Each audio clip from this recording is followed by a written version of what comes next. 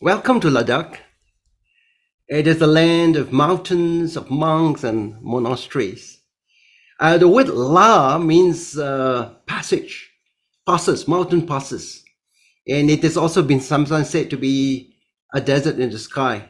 So uh, La is just a mountain pass. So Ladakh is a land of passes. Now, I have never heard of the word Ladakh until I went over to Bangkok one day for a function. And one monk that I met told me that, we have students in Ladakh who sings your songs because I write songs. And I didn't know where Ladakh was. And when he says that it was the Himalayas, I was really amazed. And that monk was Venerable Nagasena, who happens to be the nephew of Venerable Sangasena. Okay, now, in Ladakh, it is actually located on the northwestern part of India. You see, Leh, which is the capital of Ladakh, is just north of Delhi, and the flight is about 1 hour, 20 minutes. And Ladakh falls onto the leeward side of the Himalayas, so it doesn't receive very much rain. The Himalayas are in the south. In the north will be Karakoram, and it leads to Pakistan. Right? Ladakh also shares boundaries with China, and you know that recently there has been some border disputes between China and India, and we hope that the issue will be resolved. This is called the line of actual control. So it is this part. The Aksai Chin is the disputed border area claimed by India but administered by China. So they still have not resolved these border issues. The other part that which creates some kind of issues with India and China is Arunachal Pradesh, and that is on the eastern side. I hope that these border issues will be resolved very quickly, just as China and Russia have already resolved their border issues, so that doesn't become an issue these days. Now, let us go into the mountains first. One of the most amazing thing, if you get onto the flight from Delhi to Leh, and we like to get our flight early in the morning, you will actually begin to fly over the Himalayas. And so this is the scenery that you see. The glaciers on the mountain peaks. Is that amazing? And of course, one of the other amazing things is that when you descend in Leh, the airport itself is surrounded by mountains. So it is actually like descending. As you descend on the airport, it is like the plane have to go in circles to fly into a bowl. So you see the mountains just be in front of you, but then the plane goes just around. So it is actually quite amazing. Okay, here our host is Venerable Sangasena, and you know that he's wearing the robes. As the Dijusing mentioned, he was a soldier before he became a monk. So he joined the Indian army at the age of 17, but he left the army to become a monk because of the spiritual calling. So he has left behind his weapons and instead have gone for compassion. He established what we call the Mahabodhi International Meditation Center in Leh, which is the capital of Ladakh. But for simplicity, let us use the word MIMC. That means Mahabodhi International Meditation Center. Now, this place, MIMC, is equipped with facilities to accommodate international guests. And because the air is much thinner, you're actually in the Himalayas, and the air, since the air is thinner, you really need to like come down when you come over when you land up in Ladakh. Maybe 1 or 2 days, really, take it slow, move very slowly, take a lot of time sleeping. You don't even take a bath, don't even wash your hair, because that will sometimes cause mountain sickness. All right. So the lady in front that you see, her name is Datin Sri King Min Yue. She's very talented in the arts, and she's actually in the 70s. So when she said that she wanted to go over to MIMC to Ladakh, her children were terrified with the idea. They thought there's something terrible going to happen to her. And but she still persisted, and she came over to Ladakh and was returned back. Nothing. Nothing went wrong. Yeah, because sometimes people think that in the mountains, strange things might happen to you. Now I showed this picture because these are the two boys from MIMC who came here to receive us. It was a delegation from MIMC to help us when we arrived at the airport. Now, when we say that Ladakh is in India, maybe you have some idea of how an Indian should look like. And these two faces do not strike you as very Indian looking, but actually, they are Indians. And in terms of genetic makeup, they have the Burmese, Tibetan, genes. So that's how they look. And when you come to Ladakh, you will actually see the more authentic part of Tibet. Because if you go to Tibet in China, you see that Tibet has actually developed a lot of new structures, and you don't really get a feeling of what you think Tibet should be like. And also some children down here. Actually, the Ladakhis was considered to be like hillbillies by the rest of India. Because in the 70s, they were considered to be comical, ignorant country bumpkins. They were really poor, but they were happy because they didn't know anything better. But later on, with commercialization and all that, lives, become too complicated. And that is when the Ladakhis begin to feel poor. Venerable Sangasena, actually, after he started the center in the IMMC, he actually went out to meet up with families to encourage them to send their children to school. Many parents do not want their children to go to school, instead to help them in the farm. But those who are convinced just allowed the children to go over to Leh and to stay in this residential school. And of course, the lives of the children have really changed. So later on, I will just mention some of the success stories that you have at in MIMC. So when you see a monastery standing in this kind of barren landscape with a snow mountain at the back, this is in fact a picture of what Ladakh is all about. In India, people pray for rain. When in Ladakh, they pray for the glaciers or the snows to melt in order to provide them with drinking water and agriculture. So the melting snow from the glaciers are really quite important to them. So with this global warming and climate change, it will in fact affect the Ladakhis if the melting of the glaciers happen too fast, because they need the water for survival. You can see the landscape is really dry. Yeah. Here you have a monk walking past a fluttering flags towards a chotan. A chotan is really a stupa, and that symbolizes the mind of the Buddha. And it also represents a process of practice and transformation to gain enlightenment. So in Tibetan Buddhism, they call this a chotan. In Sri Lanka, they call it a stupa. In Myanmar, a taitya. In China, they call it a pagoda. Here is you see this this is Om Mani Padme Hum. So when Buddhism came to Ladakh, it came via Kashmir in the 2nd century. So Buddhism has been in Ladakh for about 2,000 years, but of course for Tibetan Buddhism, it's about 1,000 years. And then Kashmir itself was a flourishing center for Buddhism before it became Muslim.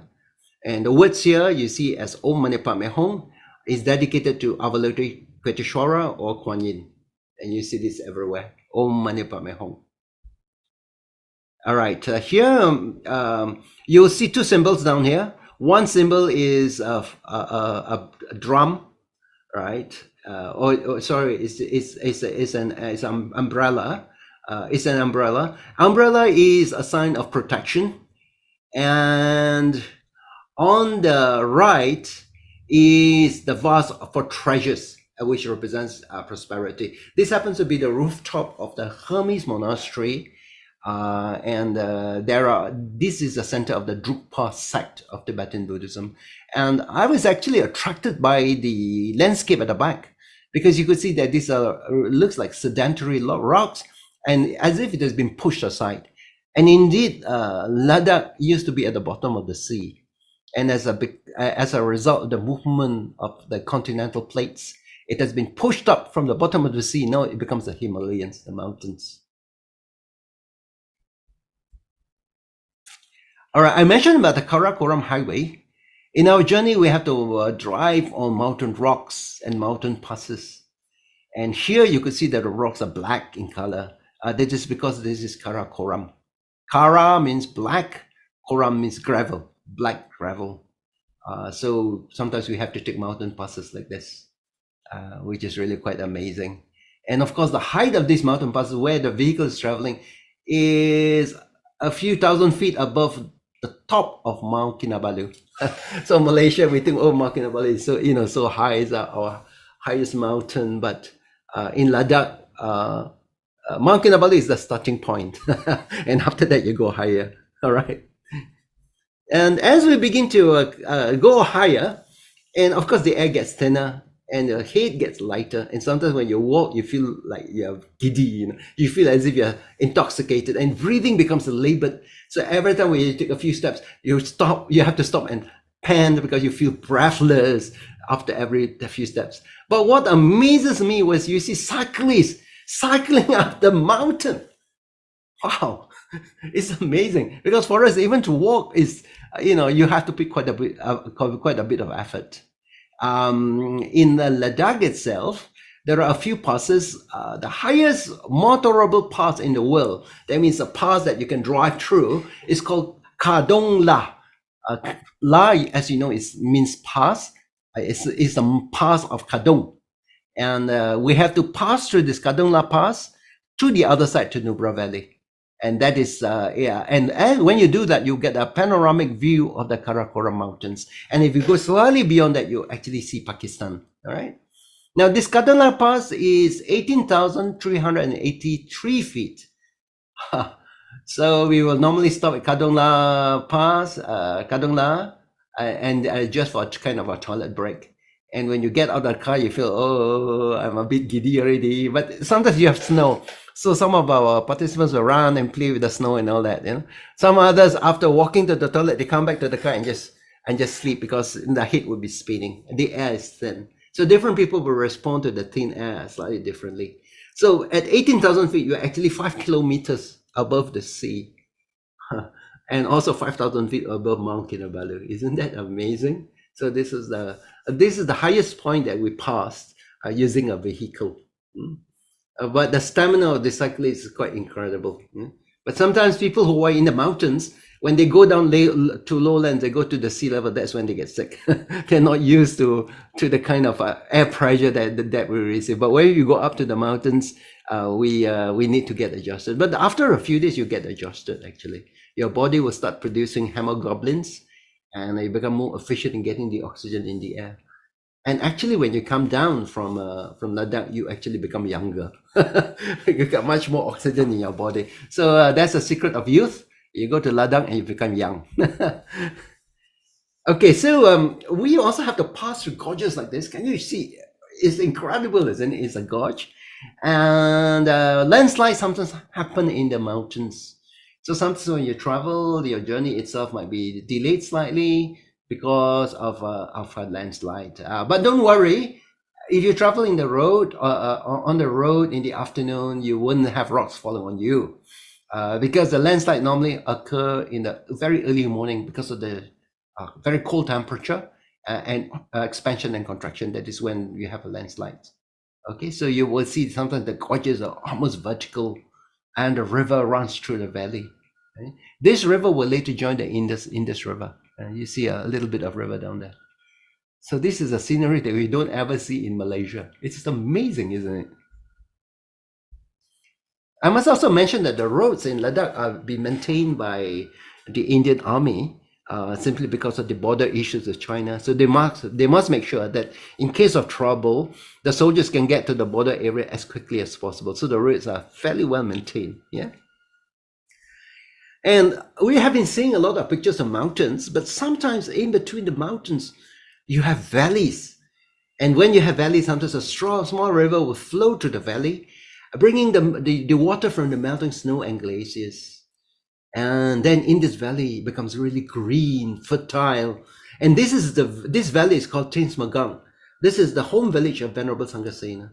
It's a beautiful valley. It is also called a valley of the apricots. So you get beautiful apricots. Datuk Charlie was mentioning about when to go for fruits. That is, Datuk Charlie, that's also my favorite time, going to Ladakh, because we actually want to eat the apricots straight from the tree. And you also get different varieties of apples as well. So we like to go in late summer or early autumn. This is where the apples will ripen. The walnuts and the apricots are there, but walnuts comes a bit later. Normally we try to aim for the apricots. Okay, and you see a picture of a building here. This is actually the hotel that we stay in. Okay, beautiful valley. All right. Okay, here you have apples. So in Ladakh, there is an abundance of various types of apples, because here in Malaysia we just go to the supermarket and we just get certain types of varieties of apple. But in Ladakh, every tree is different, right? Sometimes you have one tree and the next tree, the apples taste will be different. Sometimes in one tree, they might give the sweetest, the crunchiest apple that you ever tasted. It is so fantastic. And then you pluck the apple from the next tree, it's mushy, it's flat tasting, it doesn't taste good. So you know that after people have tried apples on the tree, you know which tree they go for, the tree with the best apples. And the same thing could also be said about apricots as well, because different trees will give different tasting apricots. And the hotel that we stay in Tings Magang, there are some very good apricot trees. After the apricots has fallen, they make jams for that. But this is what happens, apricots. This is a grandma. She's 93 years old. She's the auntie of Venerable Sankarsena. She's drying apricots in the sun. Apricots last on the tree for about 2 weeks. So if you're too early, apricots are not ripen. You come too late, the apricots are all fallen from the trees. Okay, so the timing needs to be right, and sometimes it's difficult because sometimes the summer could come a bit early or come a bit later. And the apricots are also used to make apricot jam. They're excellent apricot jam from the hotel that we stay. Yeah. This is what you see a shorten in the highway. And so we are on our journey to Pangong Lake. Pangong Lake became very famous because in the final scene of the movie called The Three Idiots, Hindustani movie, it's a very funny movie, won awards. It's a very good movie. But the last part of the movie shows you the Pangong Lake, and the Pangong Lake is really quite fantastic, so beautiful. And so we were traveling on this road to Pangong Lake, and it's very common to see shortens like this. Yeah. And this shorten is sometimes these are religious symbols to bring blessings to people traveling on this road. Sometimes places where accidents normally occur, they will also put a shorten down there in order to bring blessings. And because the elevation is about 4,000 to 5,000 meters, you will also see many low-lying clouds. So sometimes you'll be completely covered in clouds. Can you see how low the clouds are here? Yeah.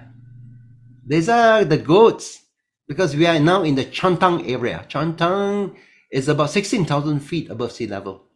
That is about 3,000 feet above Mount Kinabalu. So it's really high elevation.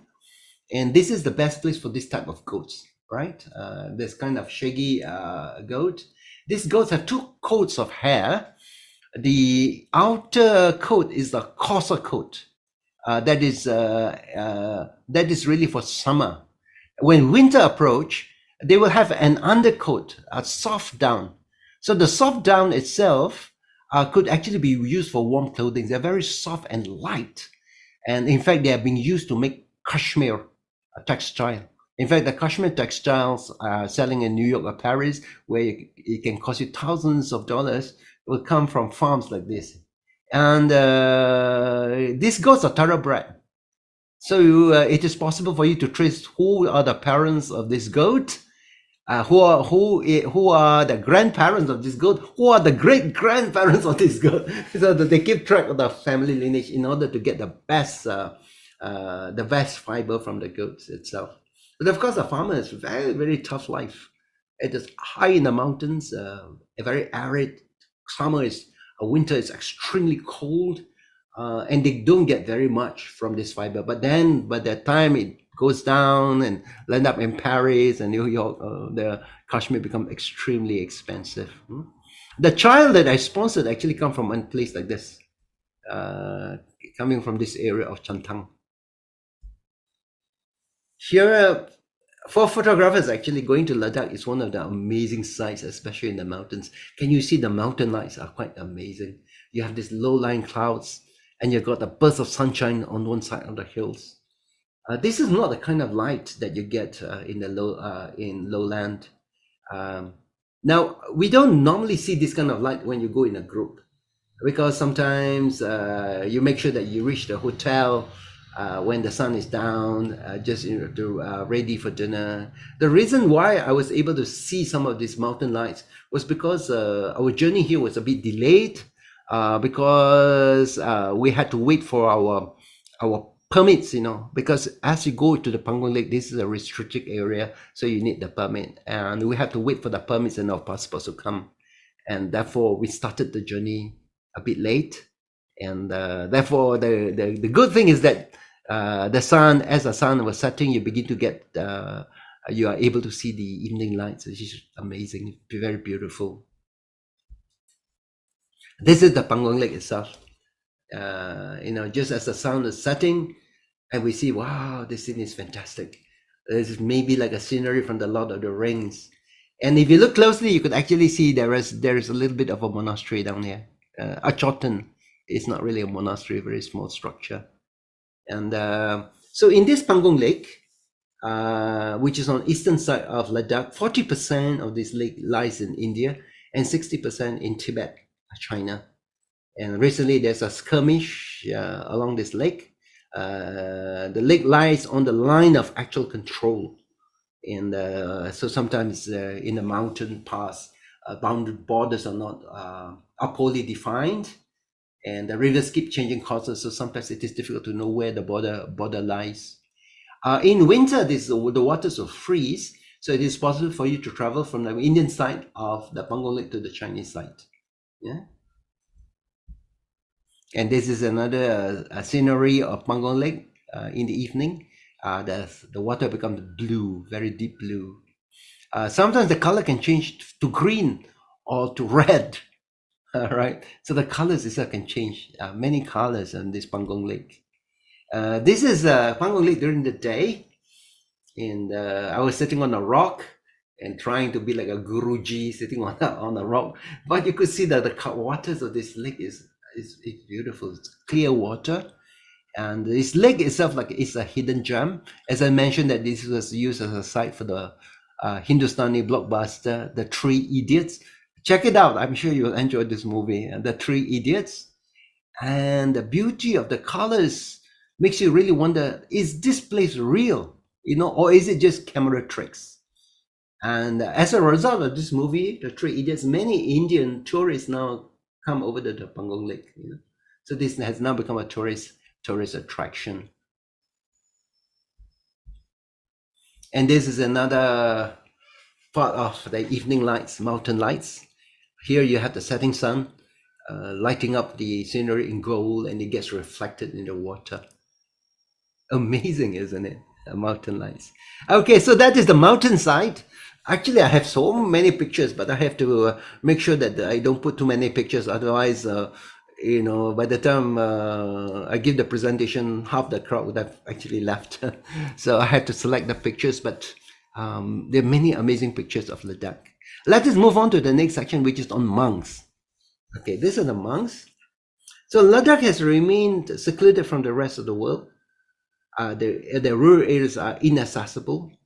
It's mountainous, it's remote, it's isolated. And they're cut off actually from the rest of India between 6 to 7 months because of the wintry climate in the high mountains. And so what the families would do is they like to sit around. The kitchen is the best place in the house because the stove is always on. So you get warm and you can drink butter tea, you can eat roasted barley and cakes, and maybe take a nap on the low bunches. Yeah, so the kitchen is the best place. So the Ladakhis are really the Tibeto-Burma, and some of them are the Indo-Aryan descent as you move closer to Pakistan and Kashmir and Pakistan. And their culture has been strongly influenced by Tibetan Buddhism. So in the past, it was very common for a family to have one or two sons to become a monk in a monastery. And every house will have a shrine upstairs for them to do their puja. So having sons as monks means that you actually have less mouth to feed. And the other thing is the boys will learn how to read and write, which is part of monastic training, which is good for the boys. So whether or not they want to remain as monks or return back to lay life, at least they know how to read and write. And you can see how beautiful the murals are. So every temple will have murals like this. This is Venerable Sangasena. He was the founder of Mahabodhi International Meditation Center. And but MIMC is not only a meditation center in Leh. This is really an amazing project that has transformed. It is 250 acres of deserted or barren land. And Venerable Sangasena used to say that not even a grass will grow here. It is just absolutely dry. It's a desert. But he was given 250 acres. And so he wanted to build a campus for learning for children, especially children from underprivileged families. So he established a campus. He has residential schools here. Besides a school in Leh, there are also Mahabodhi branch schools in 2 other villages. And he has also a school for the blind and visually impaired students. There is a hospital, a home for poor folks, old folks, those who cannot walk or work anymore. And besides that, there are also guest houses for visitors, and where you have a twin sharing room with attached bathroom. So we are quite comfortable. So we stay in these guest rooms. There is hot water.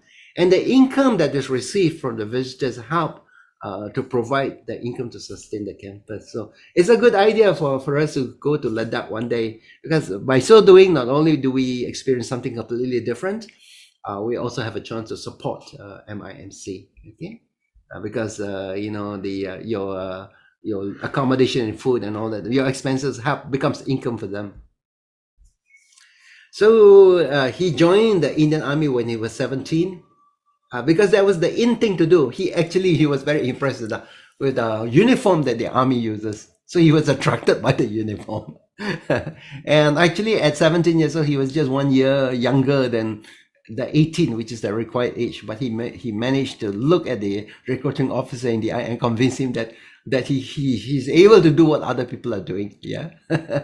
Actually in Ladakh there was nothing else that he can actually do except to join the army. So that was a very glamorous thing for him to do. He was the youngest in the platoon, but he was the most outstanding also. So one day what happens is that he has a relative by the name of Bhikkhu Ananda, who became a monk at Mahabodhi Society in Bangalore. And he spoke to Venerable Sangasena about the value of compassion in the monastic life.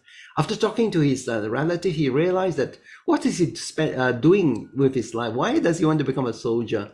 So at that time, he actually decided to become a monk. So he became a monk at the age of 21. From 17 was joined the army. 21, he became a monk in Bangalore. Again, this is the background is in the monastery, Tibetan monastery. Okay, so Venerable Sangasena here was giving a talk and was leading chanting. Actually, Venerable has got a lovely musical voice. He's got a good sense of humor, and he delivers his words of wisdom with so much modesty. Here we are having some kind of chanting just outside. This young monk that is looking at Venerable Sangasena is Bante's nephew. His name is Jinananda. He's the administrator at MIMC. I thought this picture is really quite nice. The way he looks at Venerable Sangasena. His elder brother is also a monk. His name is Venerable Nagasena. He was the one who introduced to me the idea of Ladakh. He says, in our schools, we're singing the songs that you write. And I was so amazed, like, where is Ladakh? So Venerable Nagasena introduced me to Ladakh. And his sister is also a nun trained in Taiwan. And she speaks Chinese better than English, okay? All right. So Venerable Sangasena has little monks and little nuns under training. And these projects of great compassion are supported by donations from overseas guests who visit the campus. And some other people come over to the campus. They start giving some kind of donation. You see at the back, there's students all in their uniform. In front, there are monks and nuns. Actually, they're chanting before we start going off to the mountains. The Ladakhis are poor. and so they can give. They don't give much. So it is with the foreign donation that this campus is run. And these are some old photographs. You see, 9 years of monastic training at Bangalore. Venerable Sanghasena decided to return to Ladakh. His idea is that he wants to teach meditation. He said that when he first advertised that he wanted to teach meditation in Leh, 3 people turned up for the meditation class, and they were on the upper floor, first story. So he got them sitting down and he asked them to watch the breath. This is what you call anapanasati, watching the breath. Huh? And then he was watching the breath, and after a while, the room was awfully quiet. When he opened his eyes, he saw that everybody has left and the room was empty. And when he looked out the window, he saw these three people. They've gone downstairs and they were laughing because they are more used to the Tibetan tradition in which meditation is based on chant, more mantras and chanting. And they don't see the value of why do you want to watch the breath? So then Bhante realized that meditation is probably for people who have food on the table, but it's not a priority for the local people. Their priority is to provide education, basic education in schools. But the Ladakhis in the mountains are really poor. There are no education facilities for the children. And even if there are facilities, the parents are too poor to send their kids to school. So he feels, what he should do? Maybe he should try to open a school for these kids. And here you see a tent with 3 children in front.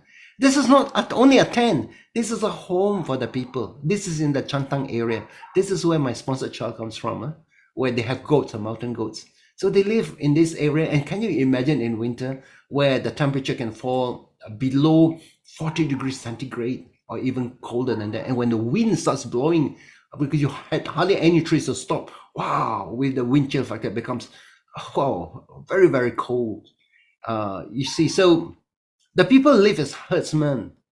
And so Bhante's heart felt that he really must do something for these poor children. And I find that this picture is really amazing. Can you see this little girl? Look at her hair. Look at how dark she is, being open to the sun, you know.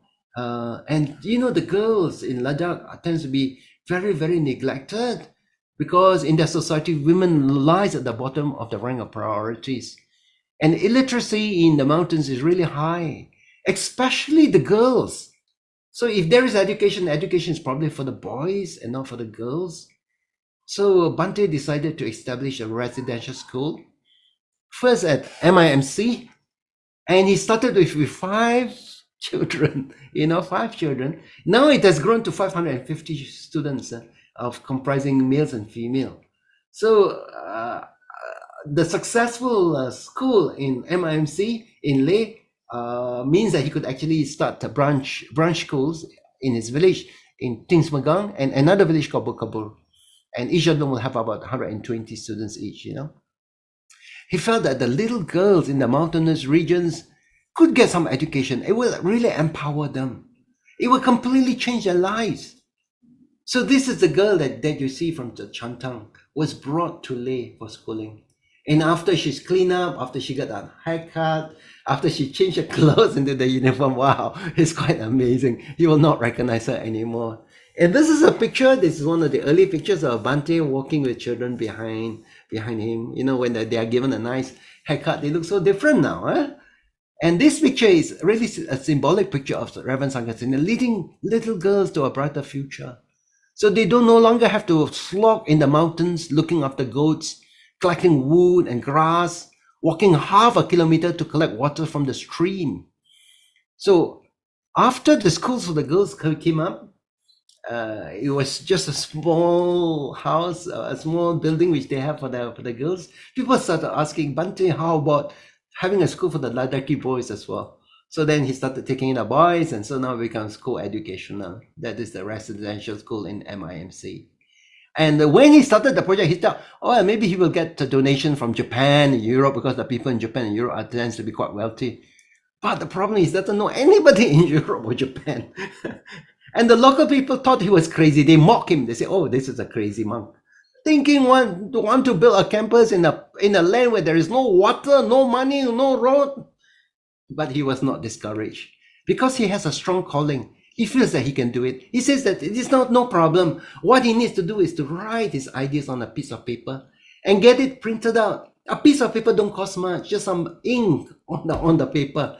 And then if people saw his sincerity and compassion, the funds started coming in. And that is how the project grew. It's quite amazing. Huh? And here you see, this is the early school. You see the students here. Yeah? This is how it started. Can you see how lovely and clean the girls are? Yeah, all dressed up like that with their caps. Yeah. So after, so the children are taken from very poor families, and they're actually given the best education in Ladakh. And so the numbers have actually grown, and in the Leh itself, it's they have residential facilities. In Tinsmagang and Bokabur, very limited residential facilities because people could come from home. All right. And this was how the early picture of the campus, 250 acres, all spread out. And you see it is actually like a desert. But they managed to get some bits of water and managed to grow some trees. All right. So when it started, there was no water, no proper roads, just harsh desert land. But it's through his tenacity and compassion over so many years that Mahabodhi campus began to emerge.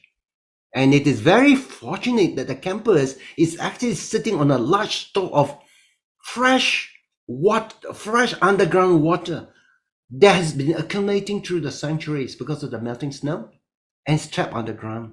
The problem is how to get the water from underground up so that you can use this water. Otherwise, there is no water. It's arid like a desert. Then something happens. Something happens. There is a water project from Sister Ramona from Sandakan. Sister Ramona happens to go on the trip led by Datuk Charlie. And when she went to see the project of at IMC, she was very deeply touched and she was actually crying actually to see this project. And she feels that, okay, this is something that I can help. And when she asked Venerable Sangasena, how much do you need? He started mentioning all the minor projects. He said, no, some more. How much do you need? And so the costing of things started rising. And he says, tell me, how much do you need? But actually, Sister Ramona do have the financial support. Yeah. So she donated this water project. They were able to pump the water from underground. It's like an artisan well. And they get very good quality water underground that is now being used for general household usage, for washing, and for agriculture. All right. And so this project is also in memory for the father as well, because she wanted to see something good, something that can actually make a difference in the lives of people. So Sister Ramona will always be remembered for her outstanding gift to the Ladakhis. In Italian, they probably call her Santa Ramona, means the Lady Saint Ramona, for giving this kind of support to the Ladakhis. Huh? And this is how the campus looks like. So from an arid desert-like landscape, the water project under Sister Ramona has now transformed the campus into an oasis. Now you have apple trees and apricot trees. You have vegetables that they can use for eating and also sell, actually. And they are also grown flowers. So Sister Ramona was like as if being sent by the Devas to help MIMC out and to bring the project to fruition. And they are using also solar panels in order to generate power. So now you also have pipe hot water coming from the pipe, which is very much needed because it's very cold in the mountains, especially during winter.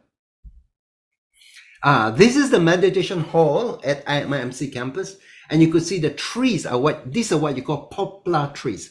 Poplar, Poplar, poplar.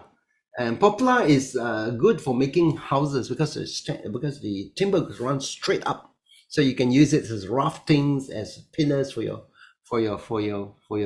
construction material. And can you see the barren landscape at the back? So this was how it was like, now becoming an oasis of apple trees and apricot trees. Now, during one of the tours that I led, Brother Henry Bay, which came along with my group, donated towards the expansion of this meditation hall. So this meditation hall is expanded because MIMC runs camps and retreats for yogas and meditation, attracting participants from many parts of the world. All right, so this is the meditation hall. And here you could see students in an assembly.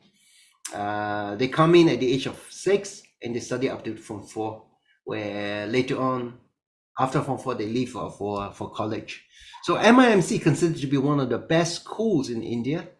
The students are performing very well. They win awards at the national level. This is competition in India. The students will win awards. And some of the students, many of the students have gone to college, and some have graduated even with PhD. Can you imagine? These are students from very deprived background, up in the mountains. They're actually taken and they're being given the education facilities, and it completely changed everything. Completely changed. So they say that education is a great equalizer, and it has the power to change the destinies of these Ladakhis. So these girls and boys no longer have to be confined, destined to be herdsmen and farmers. Their life completely changed because of the opportunity that's given to them. And here we are at the female hostel, and the MC was one of the students here, and she spoke in flawless English. We were told that she was brought into MIMC with 2 other little girls when they were very young. They were like 6 years old. And that year, winter was very bad, very bitter that year in her village. The village was covered with snow and ice. So an army captain brought in the 3 girls to MIMC. He brought these girls to Bante to say that these 3 girls take shelter at MIMC to get food and warm shelter and maybe some education. He says that when the weather gets warmed up after winter, he will come back and take the girls and take the home. So Venerable Sanghasena waited for a couple of years and never saw the captain. The captain didn't return. So one day when he saw the captain, he said, "Hey, captain, do you remember you're supposed to bring in the 3 girls back once winter is over?" The captain replied, "Oh, Bante, you must be joking. Because the girls are so well taken care of here in MIMC. Why should I bring them home? They're so much better here."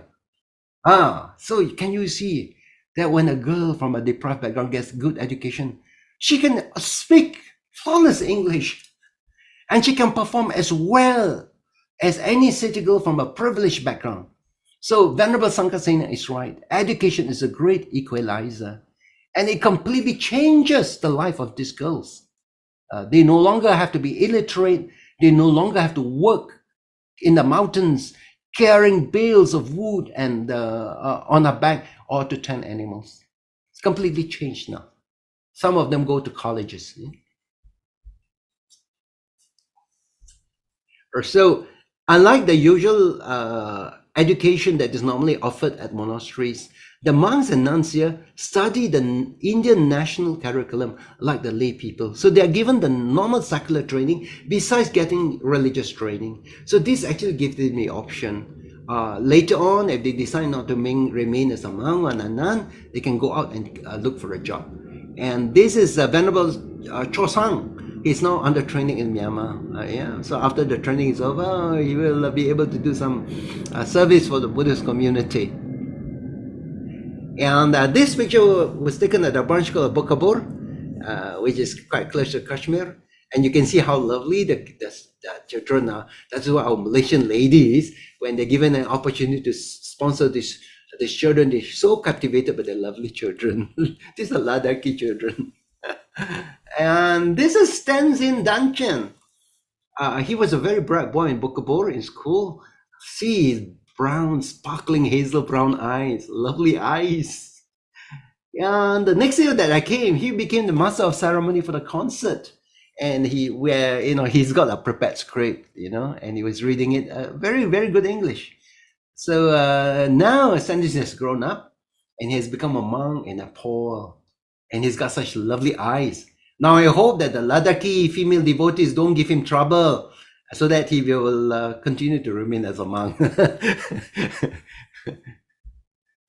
Okay, now this is not Ladakhi. This is Jin Yang from Penang, whom I sponsored for the Ladakh tour. That year I sponsored both Jin Yang and Joshua Koo. Both of them are of the same age, and they took the public speaking course that we conduct at BGF. So he was only about 18 years old that I brought Jin Young and Joshua over to MIMC, and he actually loved Ladakh. So because he has undergone the public speaking course, so we push him, hey, Jin Young, you better go up the stage and make a speech.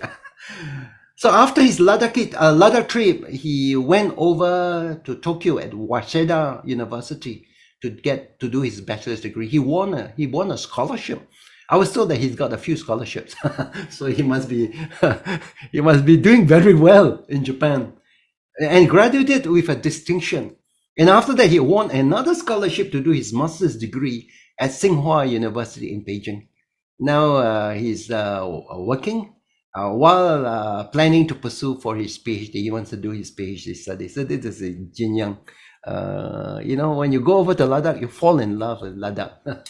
You fall in love with the people. Now, let me also mention about Jin Young. After his graduation, because of his love for Ladakh, he started the Vira Life Academy to run the summer schools in Ladakh. So he runs retreats in yoga, shiatsu, meditation, trekking. His participants come from different parts of the world. Jin Young himself is now he can be an instructor of yoga. He's been trained as an instructor, and he also has started some eco-tourism projects to conduct mindfulness retreats and expedition in Ladakh. He already ran 2 summer camps, but unfortunately, because of the COVID-19, the camps have to be, he could not continue the camp, so he's got to be suspended for a while. Meanwhile, he has also raised funds to buy the heating system for the Mahabodhi old age home. He also raised funds to buy furniture for a boarding school, for the rural nomadic schools, and also for the Mahabodhi hospital. It's quite incredible for somebody in the early 20s, don't you think?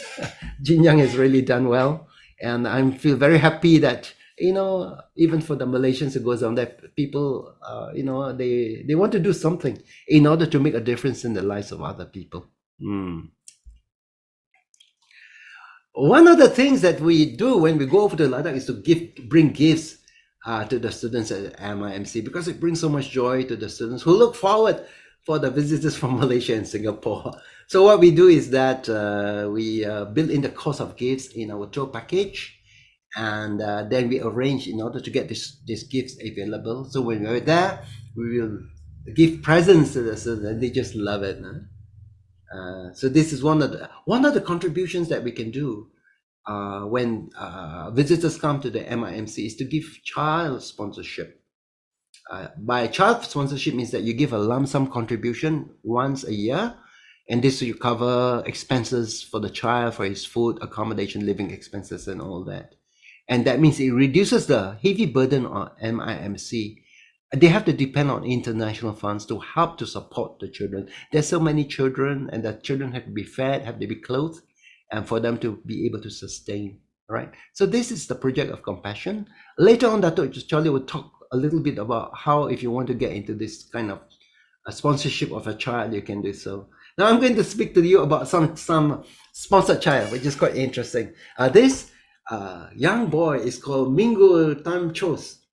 He was a student at Bekabur branch school, and at that time when I brought the group, he was the master of ceremony of the student performance. He was bright and he spoke excellent English, and so the students will study in the school up to the age of 14 years old, and after that they were moved from Bekabur to the main campus in Leh in order to do the secondary education. So we were told when we were there that there are many children there in the Bekabur school that do not have sponsors. So my group members wants to sponsor the children, but we do not know how to choose, right? Because they give us a long list of names. I don't know how to choose. So the request is that, can the children who have not been sponsored please stand in a row? So the students were standing in a row, and Mingo Tamchas was actually standing down there, right? Standing in line with all the children. And our women folks were so fascinated by the beautiful gifts. So we came down, there was a kind of a platform. They came down to the platform, rushing, each of them getting a child for sponsorship. You may think like a jumble sale or what.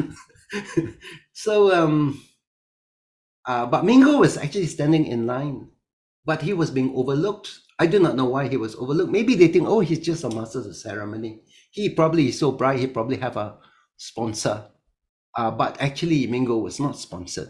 So he's standing because he's not a sponsored child. There one of our member from Singapore, his name is Richard C. And he saw Richard has got a very sharp eye. Richard is a very talented person with a sharp eye. And he saw Mingo was actually standing alone. So he went to Mingo. He says, Mingo, he says, do you have a sponsor? And Mingo says, no. You know. So then Richard says, okay, then in which case I will sponsor you. Wow. Mingo was so happy that even tears were running through running, so he actually had to run away because he was actually crying.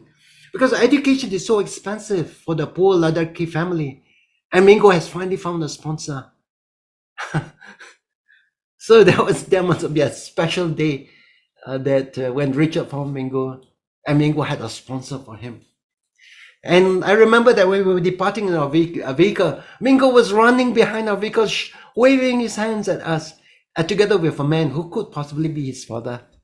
Now, what happened to Mingo? Mingo is now 20 years old, and he's already finished school at MIMC, and he's now studying commerce in Leh.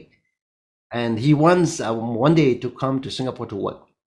And he's so respectful of Richard. He calls Richard Sir Richard. Wow, how wonderful. And always, thinking about the sponsors. Wow, wonderful. Mingo, Mingo Tamchos. Then you see me standing with a young boy. Now his name is Jigmek Norbu. He was a child that I was sponsoring since he was 6 years old. So I sponsored him actually for 12 years. He comes from a small family, a poor family in the cold Changtang Mountains. And you saw the Changtang Mountains, right? The one with the tent. He has actually turned 18 years old this year, and he was actually looking for a job. So he's no longer in MIMC.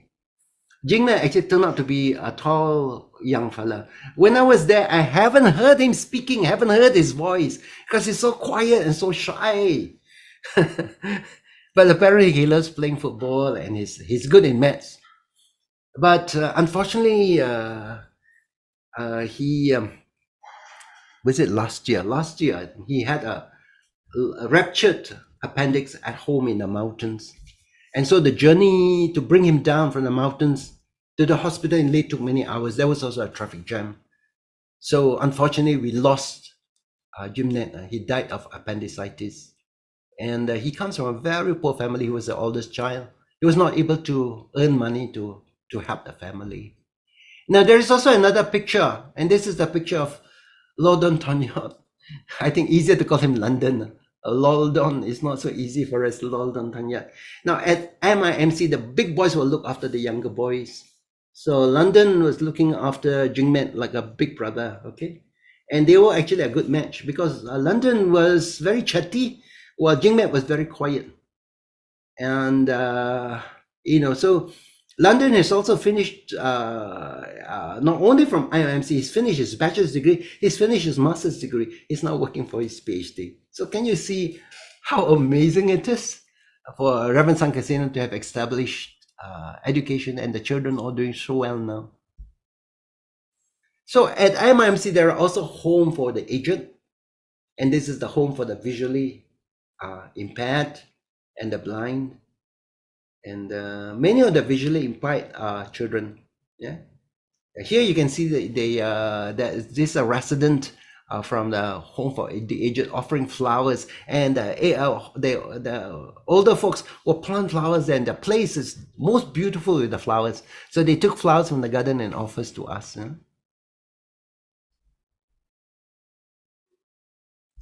So we go into the home for the aged, and this is Shirley Yeo from Singapore. She says that very often sponsors will go for the monks. After the monks are taken up, then they go for the nuns, and after the nuns are taken up, they go for the children. But very few people think of sponsoring elderly people. They always want to go for the cute ones, the little children. So this is Sister Shirley Yeo from Singapore, and she has actually sponsored a Ladakhi female, an elderly woman. who has to be also sponsored as well. And this is the home for the aged. They are the residents of the aged at MIMC. Actually, they are the happiest people in the campus. They have no complaints. Being old, they are no longer fit at home. Their limbs are no longer strong for them to walk up the mountain slopes. They had no longer had the strength to do farm work, cannot carry water from the stream. And they eat what is left at the dining table because the most substantial food is actually set aside for the younger members who need the strength to do hard work. So actually, it is very tough being an old person in Ladakh. And during winter, it's very tough on them. So Venerable Sanghasena decided to establish a home for the old folks. And he opened the old folks at IMC in order to care for them.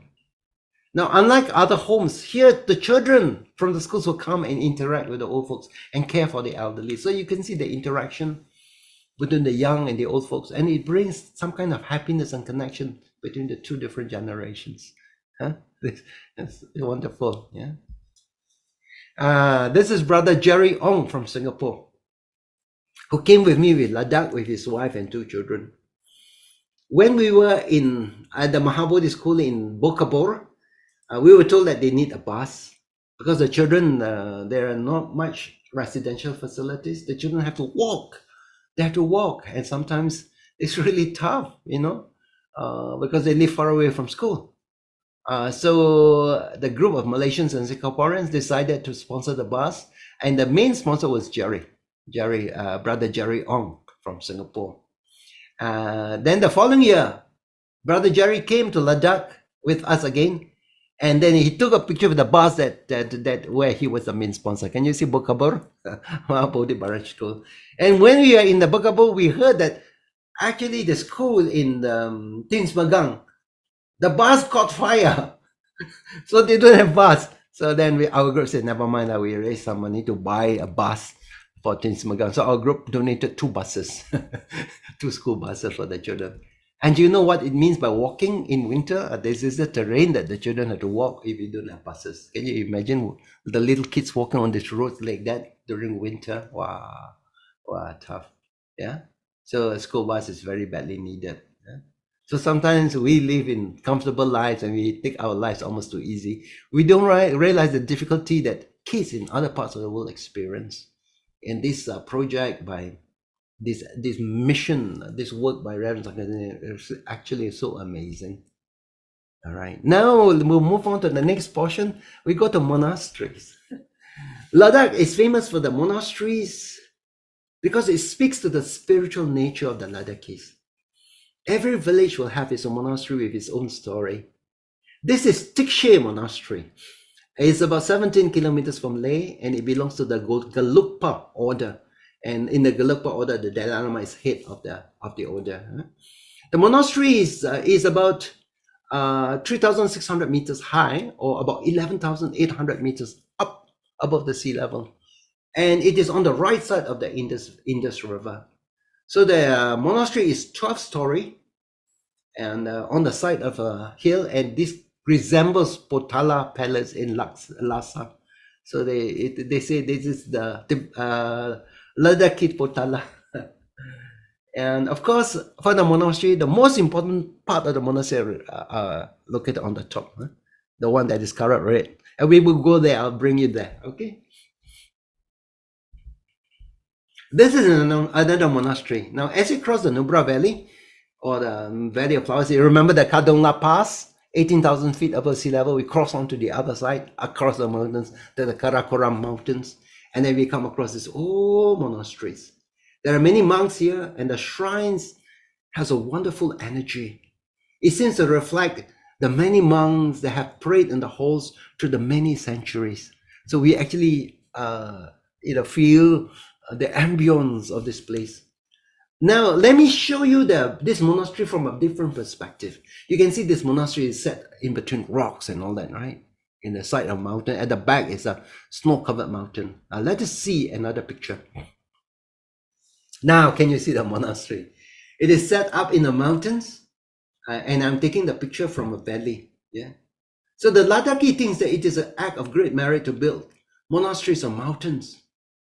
You can imagine it takes a lot of effort to bring the building materials, the wood, the cement and all that, and to build the monastery by hand where you don't have much machinery.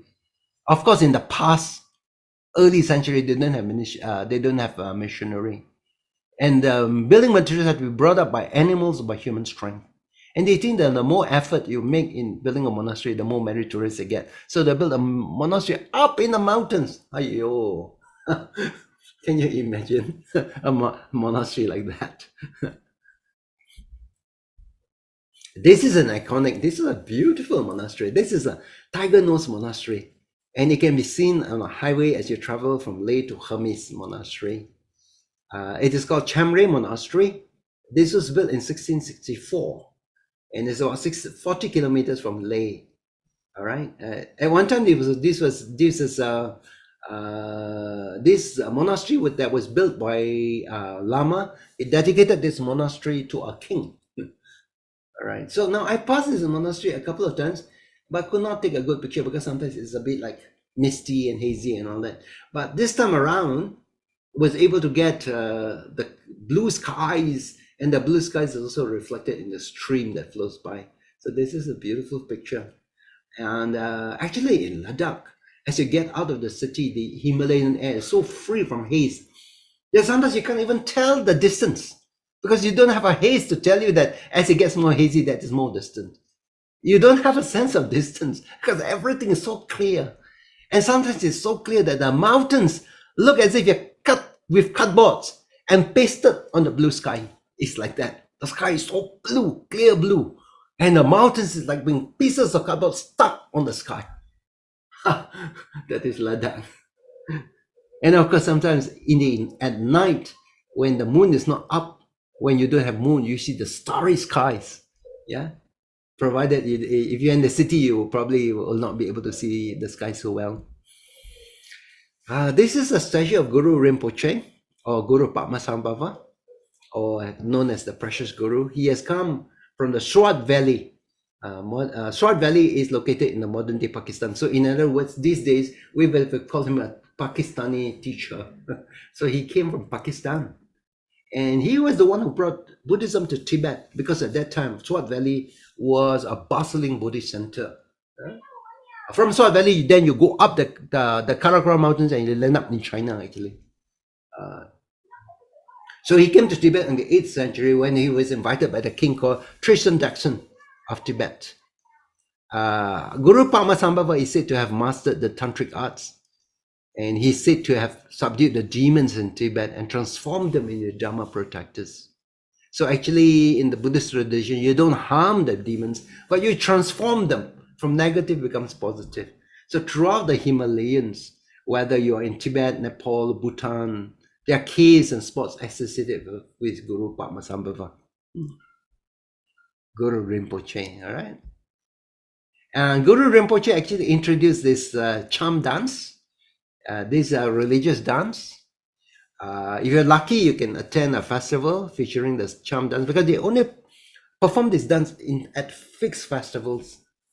So the religious mask and costume dance performed at monasteries, where the monks will play these long horns and drums and bells and all that. Now this dance, we witnessed this dance because we were participant of the Ladakh Cultural Heritage Festival. And of course, the costumes and the headdress are very heavy, and you need the strength to perform this dance. Sometimes you have to hop around and jump around and twirl around with the cymbals and the 20-foot trumpets played by the monks. So this is the cham dance. And here in Tikshe Monastery, we have gone to the roof, Tikshe Monastery, at dawn. You have two monks blowing the conch shell at the rooftop of Tikshe at the break of dawn. I think this picture is quite famous because people like to take this picture. I've seen this kind of picture even in videos and all that. Of course, this is my picture. I did not take it from anywhere, but I think it's lovely. Blowing the conch shell at the break of dawn. Because the conch shell, the white conch shell, is one of the 8 auspicious Tibetan symbols. It represents the fame of the Buddha's teaching spreading in all directions, like the sound of the conch shell. So we just go up the roof and waited for the monks, and then the monks, 2 monks came. They put on the hat of the Galupa tradition and blow this horn. All right, and you could see as the sun rises, the valley in front gets lighted up, and if you can see the river, that is the Indus River. And a closer look at the conch shell. These are the conch shell that is used for the monks. The monks will blow this conch shell 3 times. And so in between the blowing, this was taken during the interval. So because you got conch shell, and this conch shell are found in the mountains, it means that the mountains in Ladakh was at one time at the bottom of the sea. Because conch shells are normally found in beaches or in the ocean bed. Yeah? So this means that Ladakh was actually at the bottom of the sea before it becomes Himalayas and mountains. This is a very beautiful Maitreya Buddha. It's 49 feet tall, or 15 meters. It's Maitreya Buddha. Buddha to come. Buddha come, the next Buddha. It covers 2 stories of the building. So this is a very beautiful statue of Maitreya. Because it's beautiful, it's just so famous. And this is the future Buddha. Unlike most statue of Maitreya, which sits on a throne, this one sits in the lotus posture. So you want to see the lower part of the body, you go to the lower story. This is taken at the upper story of the building. This is in Tikshe Monastery. All right. And so the next Buddha will give his teachings after the teachings of Sakyamuni Buddha completely disappears from the world. Maitreya comes from Sanskrit word, means Maitri, means love and kindness. So this is the main characteristic of this Buddha, of love and kindness. Maitreya Buddha, when the idea of Maitreya Buddha went to China, he was being transformed into the laughing Buddha. So the Buddha with a very big stomach. So the Buddhist or the Chinese, the laughing Buddha looks very different from the Ladakhi Maitreya Buddha. All right. Can you see around the monasteries? And this is how the monastery, this is the monastery door, and how Maitreya wearing this crown, and you can look into the interior of the monastery. Yeah, these are 2 monks. We happen to be there, and the 2 monks are sitting on the monastery steps. The young monk on the right is absorbed eating an apple. So somebody has given an apple, and the monk on the left is somewhat alarmed, as if he wanted to say something to the monks. And there's a sweet wrapper in his hand because we started giving them sweets and giving them apple. And there's some mucus in his nose, so he has some runny nose. And he's got some drawings. I think he was drawing like some tattoos on spider on his arm. These monks are really cute. These are the 2 Ladakhi monks. So they join the monastery very young. They learn how to read and write. And later on, when they grow up, they can do something else. They can remain as a monk if they want. Otherwise, if they return to lay life. This is a young novice. Early in the morning, after they blow the conch shell at the rooftop, then we come down the staircase, wait at the monastery door, and the young monks will come running. They will chant the prayers at the top of their voice. This one chanting a prayer to Lama Tsongkhapa. So the older monks will prepare the shrine. The younger monks will chant at the top of their voice so loud before they enter their prayer hall. So I captured this picture of this young monk chanting. And the monasteries, the monks look after themselves as a community, and the young novices will live with the older monks as part of the family. So the novice doesn't have a mother to look after. So now he's got a senior monk who looks after him like grandpa, a grandpa looking after. So he's seated beside a grandpa monk who looks after him. And this is what you have early in the morning, because it is early morning. After the chanting, there's a break in interval. They drink their butter tea, and this is barley, roasted barley that they can put in the butter tea, so it sustains the stomach. This is served at the morning puja. This is what we see as we sit in the monastery. At the side while the monks chant, it is actually very fascinating. You see the activity, and this young monk looking at the the teenager monk scooping out, giving his bali. All right. So this is so the village boys joined the monastery as monks as an early life. So they learn how to read and write Tibetan. They learn how to chant, learn how to participate in religious ceremonies. So when they grow up, they can choose. Reverend Sangasena is now growing young monks in MIMC. Some of them will remain in robes when they grow up. Some others, they will disrobe. And because they have received the Indian educational syllabus, they can join the lay life. This picture of this monk was not from MIMC. He was from Tikshe Monastery, and I just like the look of his eyes. He looks very pensive, as if his mind is somewhere else. I took a picture of him while he was in the Maitreya Buddha shrine. He was there, maybe just cleaning up and pouring water in the bowls. So when he saw us, he just stood aside and he looked so pensive in his, we thought this is a lovely picture. And this is Bodhidhamma. He is from MIMC. He's now under training in Myanmar.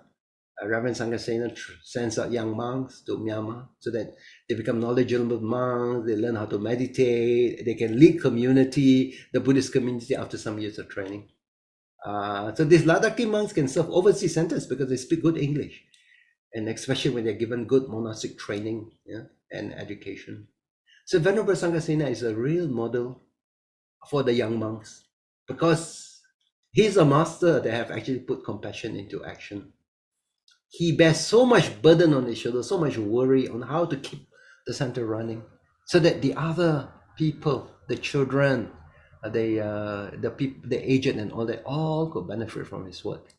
He has a heart of great compassion. In fact, he's a living bodhisattva. Yeah. So this is a picture of Tikshe Monastery, and it's got a double rainbow, which is considered to be very auspicious. Double rainbow over the Tikshe Monastery. So after visiting the Maitreya shrine, and after taking the previous picture, it started drizzling. Then some people say, hey, let's get back to the car because it started raining. So we had to run down to our vehicle in the car park. And just as our vehicle was coming downhill, whoosh, the rainbows appeared before our eyes. And the most amazing thing is you can see the two ends of the rainbow touching the ground, because normally we just see rainbows in the sky. We never see them touching the ground. It was such an amazing sight and so auspicious for us. After going over to Tikshe Monastery, participating in the puja, going around the monastery, making donations and all that, and then coming down, you have this double rainbow. Wow. Okay, so you can see the walls of the monastery. There are murals, and obviously it looks old. And this is nice because when it is old, it looks so authentic. So you will experience a little Tibet when you go to Bhutan. When you go to Ladakh. Now, perhaps one of the most valuable messages that I have taken back with me from Ladakh is to reflect on how I'm leading my life. Yeah. Is our life just for our own consumption and enjoyment alone? Or do we see a deeper meaning in our life? So this is a question that we need to ask ourselves. How about using some of our energy, some of our resources and love to help other people to improve their lives? Is it something that we can do? Because with every passing day, our life is shorter by 24 hours, right? Every passing day. During this short human life, can we live a life that can make a difference? It's something for us to reflect. And Venerable Sangasena has led a life with true significance by dedicating himself to improve the lives of impoverished and disadvantaged Ladakhis.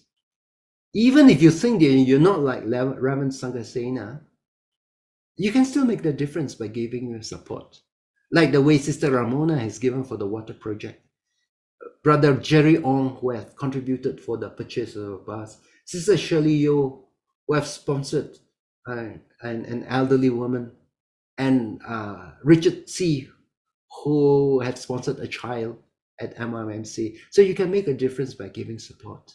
Maybe you like to do the same also, so that you can put your kindness and compassion into action. Yeah. So I've also given my email address just in case some of you express interest to join some future trips in Ladakh, or maybe you'd like to give some sponsorship. Okay. So this is my presentation, but I have allocated a little bit of time to Brother Charlie Datuk Charlie Chia, who will speak about the child sponsorship program. He's here now. And Datuk Charlie really loves Ladakh. It is like his home, like his second home, like his village, kampung. And he will also celebrate his birthday in Ladakh. And you see he's dressed like a Ladakhi tauke of some sort. He's such a strong support for MIMC. Sometimes I call him the patron saint of Ladakh. Yeah? So, Dr. Charlie, can we have you just sharing something about the sponsored child sponsorship, just in case there are people here listening who might want to sponsor a child. Some of you might have already sponsored a child already, but just for the information of others, for the 2 years and 2.5 years with the lockdown, we were not able to organize any trips to Ladakh. And so Ladakh is now doesn't have the benefit of getting the sponsorship, and it is tough running such a big campus of 250 acres and all that. So whatever helps that could come in terms of sponsorship or in terms of contribution will actually help Venerable Sangasen. You can actually see his work. It's really quite amazing. I was so touched and so amazed by his work, and that is why I always try to bring groups over there. And also going to Ladakh is like going back to my kampong, Datuk Charlie. Okay, Datuk Charlie, you can take Hi, over. everyone. Okay, hi everyone. I believe you all enjoyed the slideshow and also full of information regarding this very exotic and inspiring place called Mahabodhi International Meditation Center in Ladakh. And you notice that the children, as well as also the children for the blind, and also the elderly and the monks and the nuns, in order to support them in their education as well as also in their daily lives, there is actually what we call a sponsorship program. And this sponsorship program actually is priced if the children has what you call do not require any lodging at all. That means they stay in their home, especially in Timiskang or Bokarbu. Then it's actually USD 300. And if at the moment now in Timiskang as well as also Bokarbu, they also have hostel facilities now. It's been completed, and the students can also stay in the hostel because they could come from very far reaches of Ladakh and coming into the branch school to study. So then they will require 400 US in order to stay in the hostel. So 300 for education and 400 for boarding. But there are some sponsors who says only I sponsor only the education, and the other sponsor will sponsor the boarding. So you can either do either of these, or you want to sponsor the whole what they call education and boarding, including food, then it will be 700 US. And I will be able to post some addresses in the chat, and also to a certain extent my email address. And if you wish to sponsor a child, we will be able to send the profile of the students, because you may not have a chance to meet up with them. And at the same time, you probably just want to see the pictures and where do they come from and so on. And then you say, okay, I would like to sponsor this child.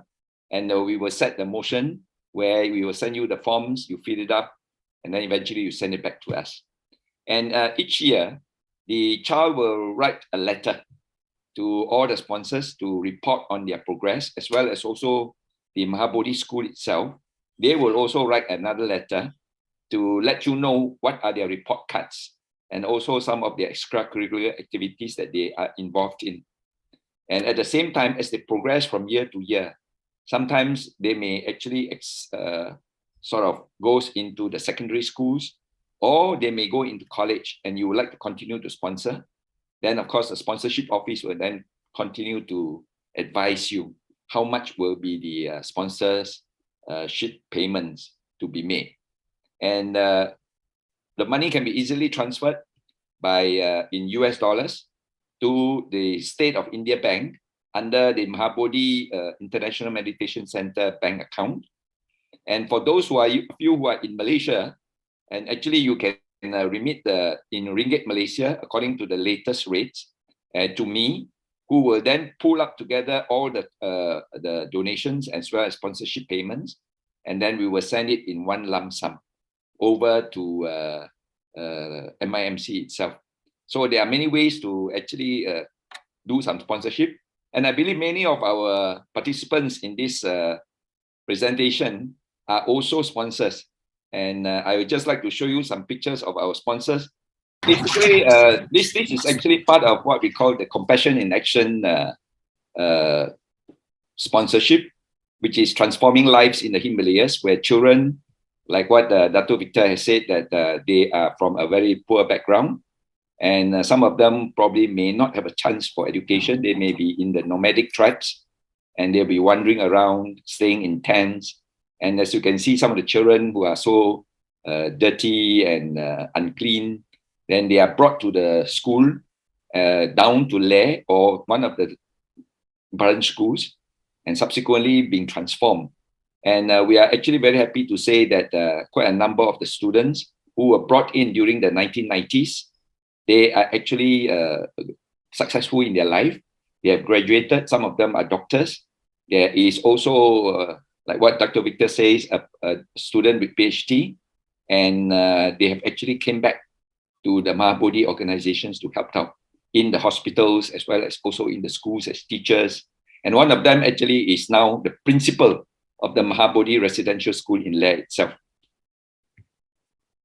So when the sponsors get the chance to visit these Mahabodhi centers and also the schools, then that is when the student will then be brought to their sponsored parents, and the child will be then staying together for the duration of the day, and they will be chatting with each other, talk about their future. And these are some of the sponsors who have made the trips and met up with their sponsored child, right? And these are some of the details where if you are keen to sponsor one of the child, then you can actually write to Mahabodhi International Meditation Center, or you can send an email to me. And at the same time, we will allocate the child to you.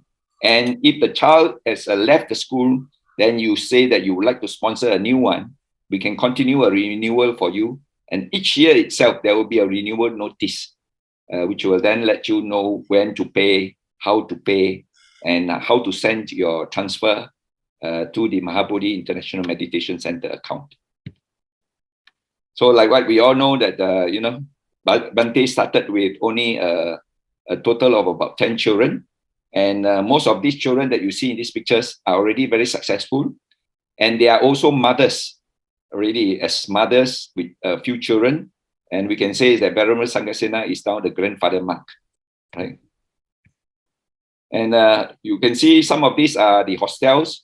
So if they are what they call sponsored for their boarding, then the students will then stay in this hostel, which has some of the best facilities.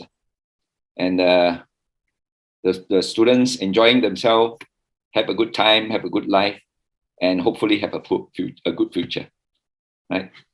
And meals are always on time. And just before they take their meal, there will be a prayer.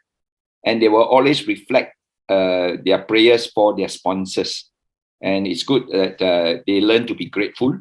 And at the same time, some of these students will get a chance to visit the home country of their sponsors too. So you may want to sponsor them over for a visit. Or there is one particular sponsor who have actually brought one of the child to Malaysia to study in the what they call tertiary education. And you can see some of them have actually graduated from the school in Mahabodhi and then eventually move on to places like Bangalore, Delhi, Chandika in order to study. And this is the first, the batch of girls who are following behind the Bante. They all graduated, and some of them are doctors, dentists. Two or three of them are teachers, and one or two have come back to actually help out in Mahabodhi as officers or executive officers. This is a boys' hostel. It's also another good complex, and you notice that they are all provided with solar panels, which provide the power as well as also the hot water system.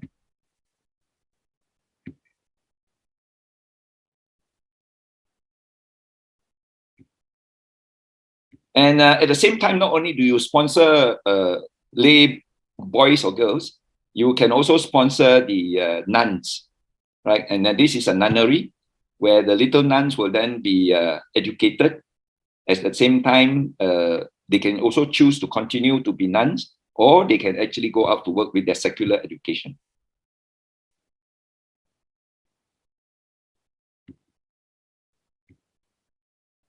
There is also another monastery. We call it the Mahabodhi Jetavana Monastery.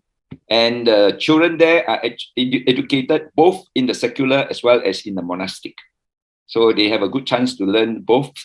And then the decision is theirs later on in their life.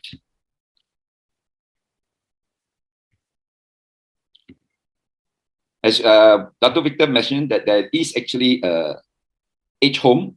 And the happiest people actually on the campus is actually the elderly. They was very grateful to the Bante for bringing them in, because otherwise in Ladakh, most of the parents or grandparents, they are actually left roaming around, and they have actually been not well taken care of. And this is a place where they could grow old gracefully, and they are all very happy. And because they are in the midst of little children, they actually had a very what they call balanced life. And the other one I think Dr. Victor didn't mention was actually a school for the blind, for the visually impaired. And this school was started with a few children. Some of them have actually graduated, right? And they have gone, because of their braille, they are able to actually serve in administrative posts. And one of them became a teacher. So this is the school, and it's a residential school. You have education. You also have buses, and I think Dr. Victor has also mentioned that some of these buses are sponsored by Malaysians, and they are fetched from the village around the school, and they are brought to the school itself. And most of the students actually excel very well. They did very well in the education system in India itself.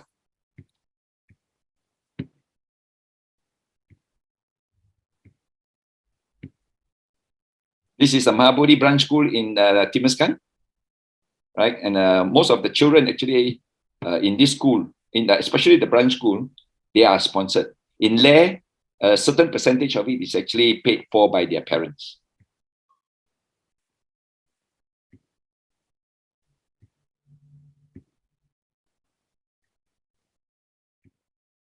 So with that, thank you very much. And if you are keen, feel free to contact me, and then we will then be able to share you more information. Thank you.